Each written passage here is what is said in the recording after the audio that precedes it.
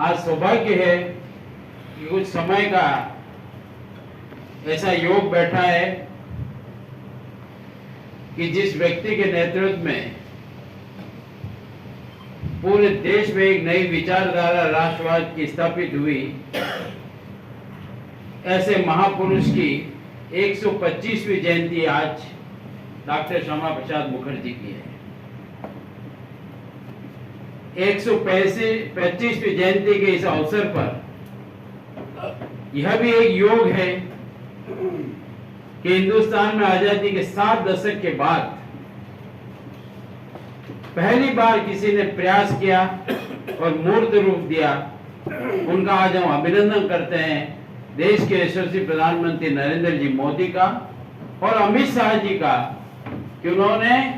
आज से 5 साल पूर्व संसद में यह घोषणा की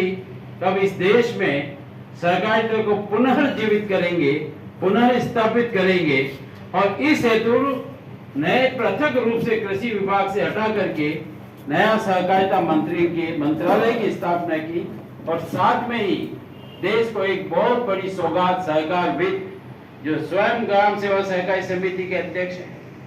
अपने गांव की डेयरी प्राथमिक के सदस्य अध्यक्ष हैं, ऐसे और जिन्होंने अहमदाबाद में एक क्रांतिकारी काम किया, डूबते हुए बैंक को पुनर्जीवित ही नहीं किया, आज श्रेष्ठतम बैंक की श्रेणी में किया, ऐसे अमित शाह जी को देश का पहला सहकारी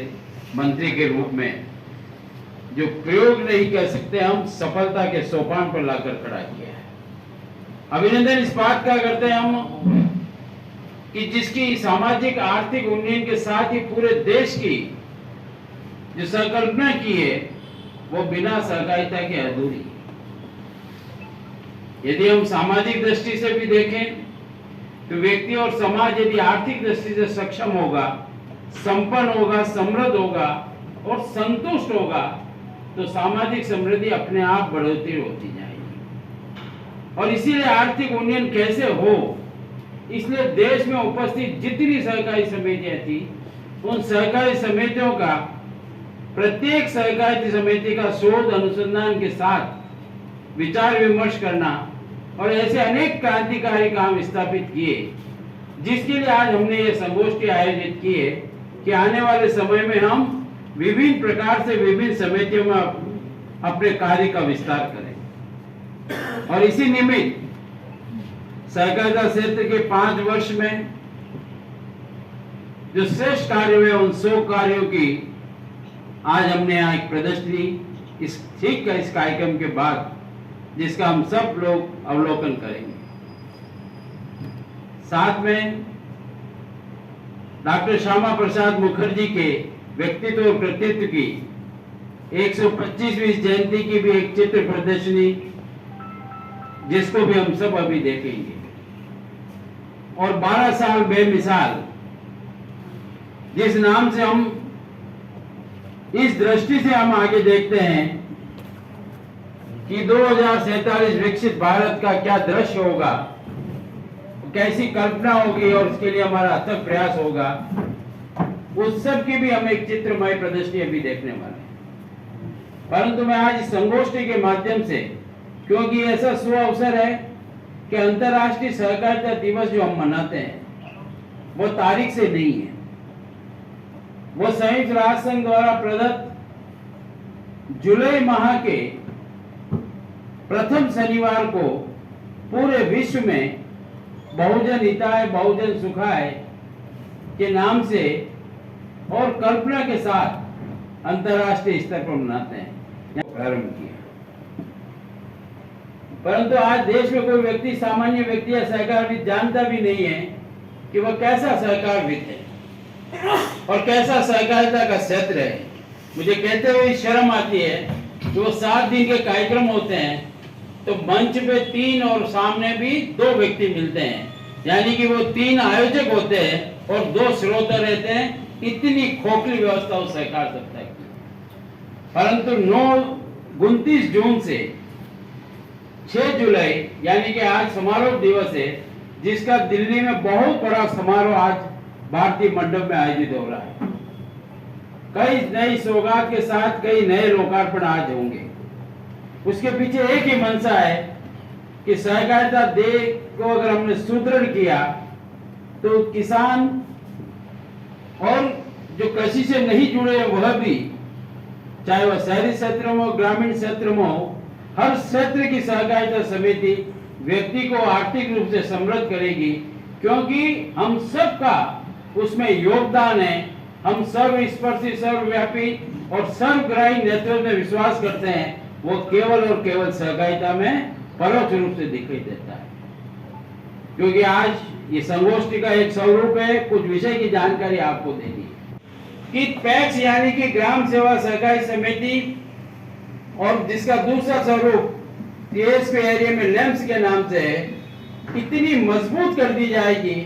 परंतु पूर्ण पारदर्शिता होगी, हर काम ऑनलाइन होगा और हर काम का हिसाब किताब सामान्य किसान भी घर से देख सकेगा, और 32 प्रकार की नई ताकत उसको सौंपी जाएगी, जिसमें आपको सुनकर आश्चर्य होगा, पासपोर्ट से लेके, गैस एजेंसी से लेके, पेट्रोल पंप से लेके, यानी कि मूलभूत आवश्यकता से संपन्न तक के लिए वो ग्राम सेवा सहकारी समिति तय करेगी। इसी तरह से हजारों की संख्या में प्राथमिक दुग्ध उत्पादक सहकारी समितियां, जिनको प्रारंभ ही नहीं किया, मूर्त रूप दिया, और इसीलिए आज हम कहते हैं विश्व में अगर दूध के उत्पादन में कोई देश प्रथम स्थान पर है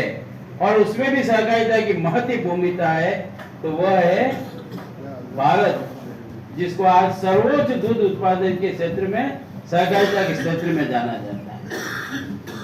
अगर मैं आपको उपलब्धि का व्याख्यान करूं तो आप सोचकर आश्चर्य करेंगे कि कितने नवाचार इस क्षेत्र में हुए। मीठी कांदरी यानी कि शहद के क्षेत्र में कैसे काश्तकार को जोड़ा जाए और सहकारिता से जोड़ा जाए। मछुआरों के क्षेत्र में, क्योंकि हमारे देश में चारों तरफ बंदरगाह और समुद्र होने के नाते हजारों व्यक्तियों का जीवन यापन का प्रश्न है, परंतु उसमें भी कैसे समृद्धि आए, तो वो नीली क्रांति प्रारंभ की। उसमें भी एफपीओ अलग से बनाया। छोटे काश्तकार जो ये दिमाग में ये रखते हैं कि मेरे पास उत्पादन तो कम है, पर मेरे क्षेत्र में अगर हम 300 किसान मिल जाएं और मिल करके हम एक फार्मर्स प्रोडक्ट ऑर्गेनाइजेशन खड़ा करते हैं, तो ऐसी स्थिति बनेगी कि हमको सरकार द्वारा सभी श्रेष्ठतम सुविधाएं आपको उपलब्ध होगी। यानी कि आप वेब ब्रिज बना सकते हो, आपको प्रारंभिक अवस्था में इतना सहयोग मिलेगा कि आपको लगेगा कि मैं गांव की चौपाट पर बैठा हूं, खेत में बैठा हूं, पर मेरी दर को अगर मैं चाहूं तो कोने में, देश के किसी कोने से संपर्क कर सकता हूं। वहां तक यातायात की व्यवस्था से लेके बाजार की प्रतिस्पर्धा में टिकने का भी जिसने साथ दिया, वह भी इस कैद में हुआ, उसको एफपीओ के नाम से होता है। संपूर्ण कोऑपरेटिव में डेटाबेस एक जगह देश में रहेगा। कोई भी व्यक्ति किसी भी सोसाइटी का संपूर्ण लेखा जोखा देखने का अधिकार रख सकता है। जो झोला छाप कांग्रेस नेता जिन्होंने सरकारिता को मतलब बदनाम करने का कोई काम बाकी नहीं रखा, और जो सरकारीकरण किया, राजनीतिकरण किया, एक झोले के अंदर पूरा काट लेने के चलते थे, वे सब नेस्त नाबूद या भागते हुए नजर आ रहे। और आज यदि एक सामान्य काश्तकार ठीक ढंग से उसका उपयोग करना शुरू कर दे, तो उसको हर तरह की सुविधाएं, हर तरह का लाभ उसको अपने घर बैठे मिल सकता है। ये तो वो विशेषता है जो मैंने आपको प्रमुख रूप से दिखाई है, परंतु यह क्षेत्र इतना व्यापक हो चुका है कि जिन क्षेत्रों में भारी मिलावट होती थी, बदनामी थी, डर रहता था कि कैसे मतलब होगा, आप सब रोज अखबारों में पढ़ते हैं, उस क्षेत्र में भी ये प्रयास किया गया और अखिल भारतीय स्तर पर 3 तरह की नई सहकारी समितियां बनी। बीज के क्षेत्र में बनी, यानी कि बीज में जिस तरह का घटियापन आया, जमीन तो बंजर थी, बीजों का भी जिस तरह से प्रमाणीकरण होना चाहिए था, दोनों इस तरह से घातक हो गए कि किसान बेहाल हुआ। अब बीज के बारे में प्रमाणीकरण से लेकर उन्नत कैसे हो, उसके लिए भी अखिल भारतीय स्तर तक की बीज की सहकारी समिति। जैविक खाद उसका प्रमुख दूसरा भाग है, जिसकी अंतरराष्ट्रीय स्तर पर यह जैविक खेती के 54 ऐसी योजनाएं जिन पर निरंतर मॉनिटरिंग होती है, वो किसी भी दृष्टि से कोई सहकारी संस्था बच नहीं सकती। उनके विकास की उत्तरोत्तर प्रगति हो, उस पर निरंतर काम करने का यह काम भी अगर किसी ने किया तो आदरणीय अमित शाह जी। और इसीलिए आज अंतर्राष्ट्रीय स्तर पर हम सहकारिता के क्षेत्र में अग्रणी मानते हैं। उसको वापस पुनः रूप से किसी ने चालू किया तो वह भी आदरणीय अमित शाह जी। और इस 5 साल के साथ में हमने जितनी उन्नति प्रगति की, आज मैं सोचता हूँ यहाँ आने के बाद मैंने दोपहर से कहा तो निरंतर इस पर टीवी पर लाइव प्रसारण दिल्ली से आ रहे हैं। लगभग 10 तरह के चैनल अलग तरह से हर क्षेत्र के बारे में अपनी जानकारी दे रहे हैं। कभी महाराष्ट्र शुगर की फैक्ट्री में आगे होता था, राजनेताओं ने दुकान बनाई, सहकारी मिलें बंद हुई, अगर उसको पुनः जागृत किया तो वह भी मोदी जी और शाह जी। कोई ऐसा क्षेत्र उठा करके आप देखना जिस क्षेत्र की उपयोगिता थी, व्यवस्थाएं बिगड़ी, अर्थव्यवस्थाएं डूबी, उसको पुनर्जीवित एक चैलेंज के रूप में मानकर, चाहे वो बैंकिंग का भी सेक्टर हो, उस सेक्टर में भी भारी मात्रा में अगर काम हुआ तो सहकारिता के क्षेत्र में हमारे यशस्वी देश के प्रधानमंत्री और सहकारिता मंत्री अमित शाह जी ने किया। और इसीलिए आज हमने इस गोष्ठी के माध्यम से, और अभी आप देखेंगे हमने कुछ प्रदर्शनी चलचित्र के माध्यम से भी लगातार रखी यहाँ पर, जो हम नीचे भी प्रदर्शनी के रूप से देखेंगे। पर हम सब सहकारिता की किसी समिति से जुड़े, ये एक पूरे राजस्थान में अभियान है, बिना प्रचार प्रसार, क्योंकि यदि हमने इसमें बहुत ज्यादा प्रतिस्पर्धा पैदा की तो नुकसान होगा। हम स्वच्छ प्रतिस्पर्धा में उतरे, हर व्यक्ति इस बात की घोषणा करे